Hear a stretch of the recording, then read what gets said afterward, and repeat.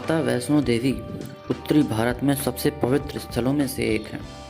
ये मंदिर पहाड़ में होने के कारण अपनी भव्यता और सुंदरता के लिए प्रसिद्ध है। मंदिर की ऊंचाई 5200 फीट है और कटरा से दूरी 14 किलोमीटर है। ये भारत में तिरुमला वेंकटेश्वर के बाद दूसरा सर्वाधिक देखा जाने वाला स्थान है। वैसे तो माता वैष्णो देवी के बारे में कई पौराणिक कथा प्रचलित हैं, लेकिन दो कथाएं सबसे ज़्यादा सुनी जाती हैं। आइए तो हम बात करते हैं उन कथाओं के बारे में। प्रथम कथा ऐसी है, मानने वालों के अनुसार पहाड़ी वाली माता ने अपने भक्त से प्रसन्न होकर उनकी जान बचाई और इस संसार को अपने होने का एहसास कराया। श्रीधर जो उनके भक्त थे, कहा कटरा से 2 किलोमीटर दूर हंसाली गांव में रहते थे और वो संतान न होने के कारण बहुत दुखी रहते थे। एक समय उन्होंने कन्या भोज रखा और माता वैष्णो उन्हीं कन्याओं के बीच में आके बैठ गईं।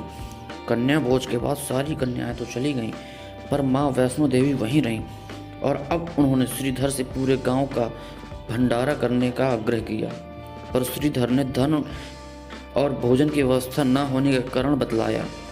तब कन्या रूपी वैष्णो माता के आश्वासन से संसार से सारे गांव में भंडारा का निमंत्रण दिया गया। उसी में भैरवनाथ और उनके गुरु गोरखनाथ को भी निमंत्रण दिया गया। गांव वाले बड़े अचंभित थे कि ये कौन कन्या है जो गांव को भोजन कराना चाहती है। गांव वासियों सब एकत्रित हुए तो कन्या रूप में माता ने एक दिव्य पात्र से भोजन परोसना शुरू किया। परोसने के लिए वो भैरवनाथ के पास पहुंची। तब बाबा भैरव बोले कि मैं खीर नहीं, मांस का भक्षण करूंगा, और मदिरा की भी मांग हुई। तब कन्या रूपी माता ने समझाया कि ये ब्राह्मण घर है, यहाँ भोजन में मांस मदिरा का कोई स्थान नहीं है। तब भैरवनाथ जिद करने लगे और उस कन्या को भी पकड़ना चाहा, तो कन्या ने उसका कपट जान लिया। माँ ने वायु रूप लेकर त्रिकुट पर्वत में चली गई। भैरव भी पीछे पीछे गए। मान्यता के अनुसार माँ की रक्षा के लिए हनुमान जी भी वहाँ थे। माता की प्यास लगने पर हनुमान जी ने धनुष के बाण चलाकर एक जलधारा निकाली और उससे अपने केस भी धोए। आज वही जलधारा को हम बाण गंगा के नाम से जाने जाते हैं। उधर माता एक गुफा में प्रवेश कर तपस्या में लीन हो गई। भैरव भी पीछे पीछे पता करते वहां आ गए और वहां उसको एक साधु मिला। उसने भैरव को समझाया कि जिसे तू एक साधारण कन्या समझ रहा है, वो आदि शक्ति का रूप है और उससे दूर रह। भैरव ने साधु को अनसुना कर दिया जब तक माता गुफा के दूसरे द्वार से बाहर निकल गईं, जिससे हम अर्धकुंवारी या गर्भजून के नाम से भी जानते हैं। यही वो स्थान है जहां माता ने मुड़कर भैरव को देखा था। फिर माता ने कन्या रूप छोड़कर दिव्य रूप ले लिया और भैरव को चेताया और गुफा के भीतर चली गई। उधर भैरव नहीं माना और हनुमान जी और भैरव का युद्ध होने लगा।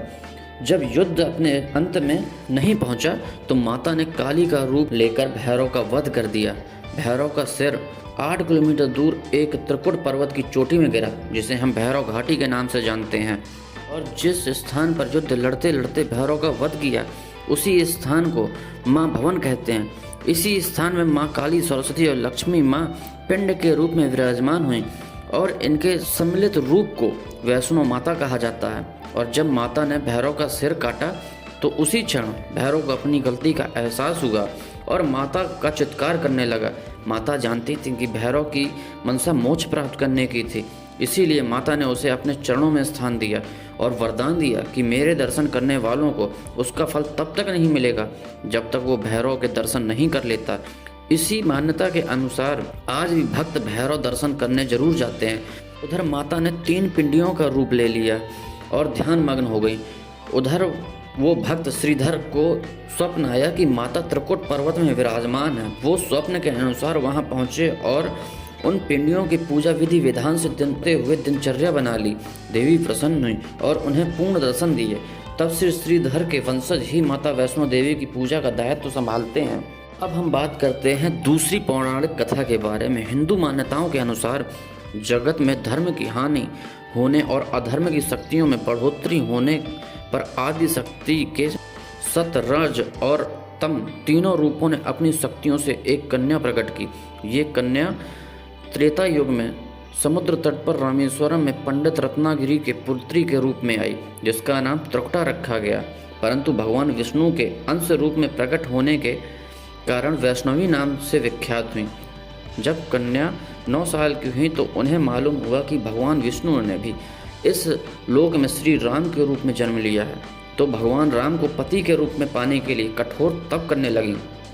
तब श्री राम सीता हरण के बाद सीता खोज के लिए रामेश्वरम आए। तब समुद्र तट पर उस ध्यान मग्न कन्या को देखा।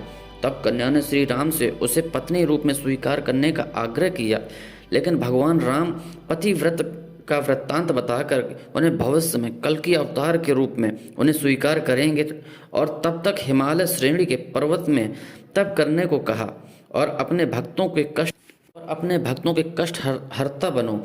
और जब रावण का वध हुआ तब माता ने 9 रात मनाने का निर्णय लिया।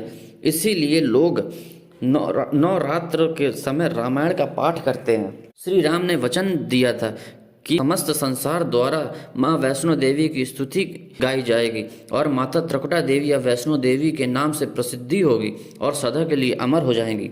तो ये थी हमारे माता वैष्णो देवी की कथा। आपको क्या लगता है, कौन सी कहानी सही थी या फिर एक कोई और अन्य कहानी जो आप सुनना चाहते हैं या आपको मालूम हो तो हमें कमेंट करके जरूर बताएं। और पसंद आई हो वीडियो तो लाइक शेयर करें।